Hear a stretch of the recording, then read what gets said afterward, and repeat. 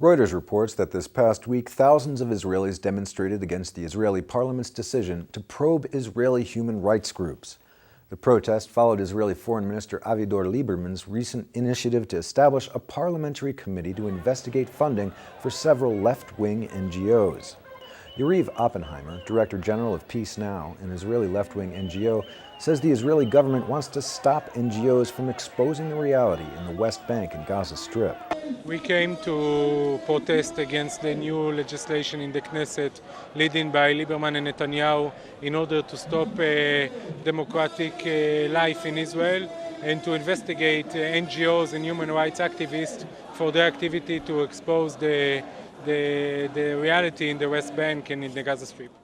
Adam Keller, spokesperson for Gush Shalom, another left-wing NGO, says the current government threatens Israeli democracy itself.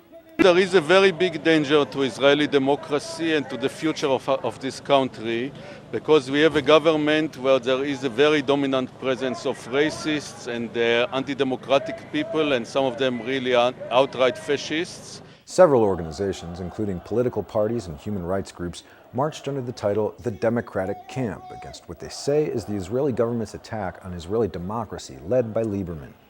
Some 2.4 million Palestinians live in the West Bank, alongside more than 400,000 settlers. The World Court has described settlements built on land Israel occupied in 1967 as illegal.